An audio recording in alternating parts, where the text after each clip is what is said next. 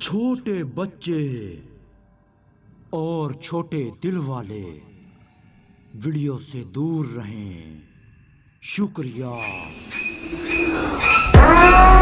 السلام علیکم ناظرین گرامی، میں ہوں آپ کا میزبان سید رضوان، اور آج ہم ایسی خوفناک کہانی کی بات کرنے والے ہیں جسے سن کر ہم سب کے رونگٹے کھڑے ہو جائیں گے، رونگٹے کھڑے ہو جائیں گے، رونگٹے کھڑے ہو جائیں گے، رونگٹے کھڑے ہو جائیں گے۔ دوستو، ایک لڑکے نے لکھا، فرحان میرا بچپن کا دوست ہے اور ہم دونوں بچپن سے لے کر جوانی تک ساتھ رہے ہیں۔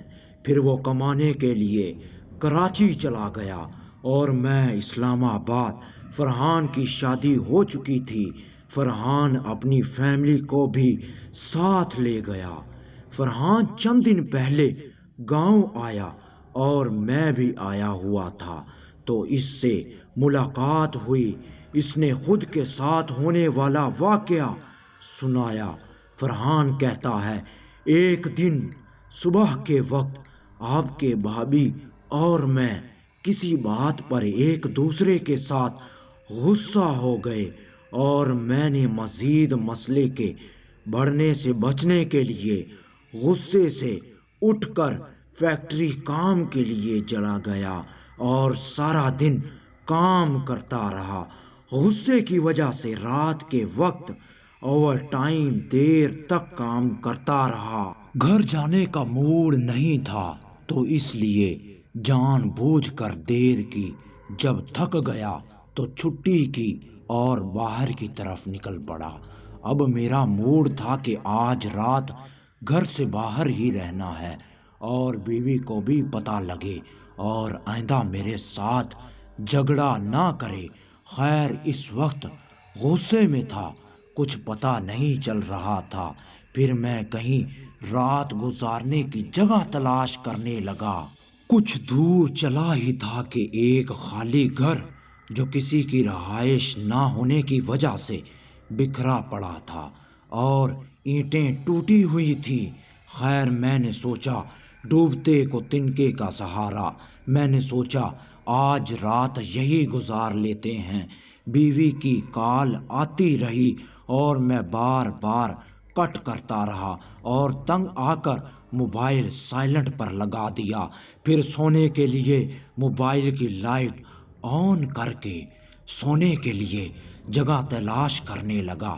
گھر کے 3 کمرے تھے، تو میں نے درمیان والے کمرے کا انتخاب کیا اور جگہ صاف کر کے سونے لگا۔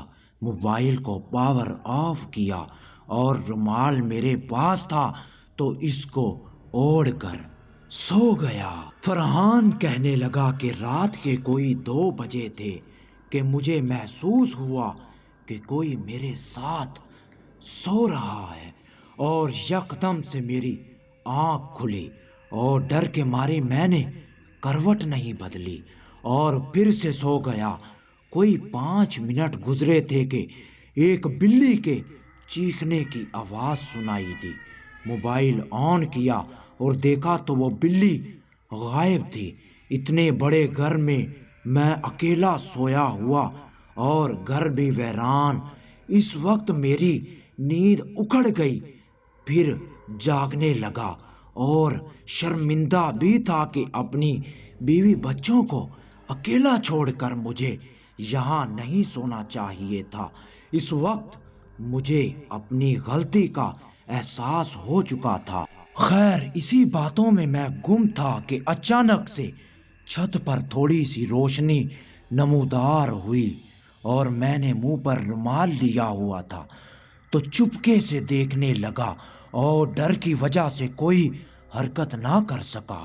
پھر اچانک سے وہ لائٹ غائب ہو گئی۔ پھر میں نے محسوس کیا کہ 2 بندے میرے سر کے پیچھے کھڑے ہیں۔ میں اچانک اٹھ کھڑا ہوا اور موبائل کی لائٹ آن کی اور دیکھا کہ کوئی نہیں تھا۔ اس کے بعد میں نے سوچا کہ اب گھر چلا جاتا ہوں۔ جیسے ہی میں اٹھا تو کیا دیکھتا ہوں، دروازے کے سامنے ایک خاتون جس کے بال بکھرے ہوئے، زبان باہر نکلی ہوئی، آنکھوں سے روشنی آ رہی تھی۔ میں نے اس کو کہا، کون ہو تم؟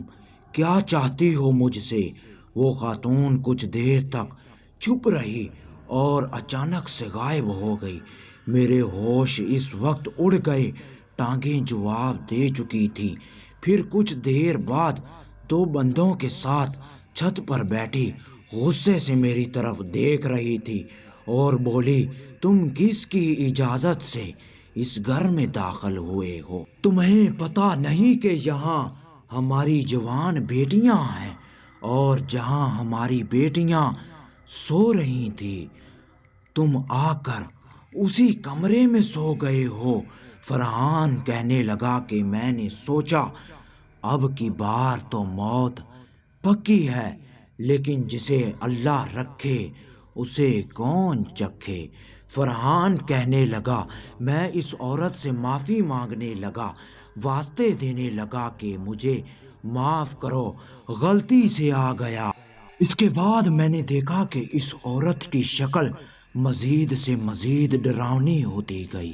اس کی آنکھیں گیند کی طرح موٹی موٹی ہو گئیں اور اچانک سے میرے سامنے کھڑی ہو گئی اور مجھے گردن سے پکڑ لیا اور میں چھڑوانے کے لیے بار بار کوشش کرتا رہا لیکن نہیں چھڑوا سکا، اور 2 مردوں نے میری ٹانگیں پکڑی اور زور کا مجھے زمین پر پٹخ دیا، جس سے مجھے بہت تکلیف ہوئی۔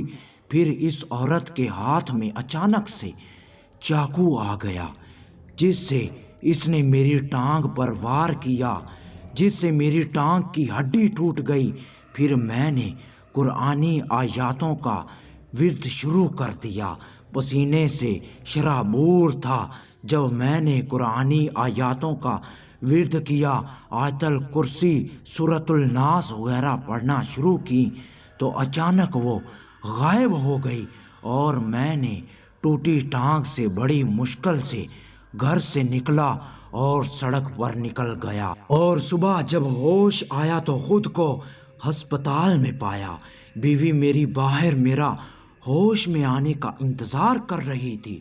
شاید مجھے ہسپتال لانے والوں میں سے کسی نے میرے موبائل سے نمبر پر کال کر کے اس کو بلایا تھا۔ اپنی بیوی کو اندر بلایا تو اس کا رو رو کر برا حال تھا۔ میں نے اس کو تسلی دی کہ ٹھیک ہوں میں، کچھ نہیں ہوا، اور میری بیوی خود کو کوسنے لگی کہ مجھے آپ کے ساتھ نہیں لڑنا چاہیے تھا۔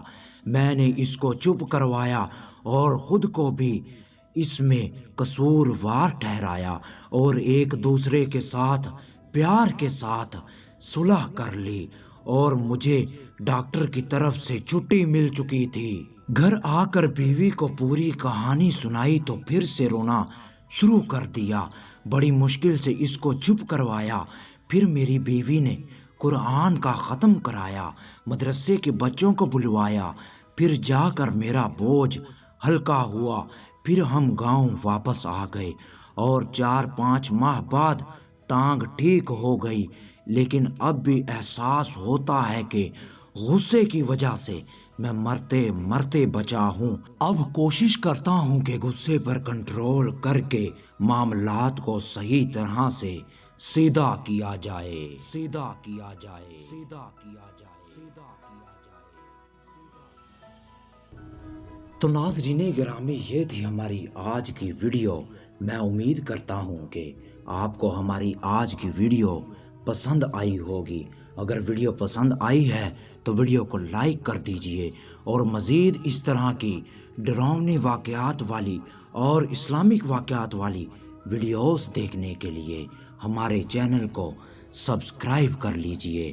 ملتے ہیں انشاءاللہ ایک نئی ویڈیو میں، تب تک کے لیے اللہ حافظ، خیال رکھیے گا۔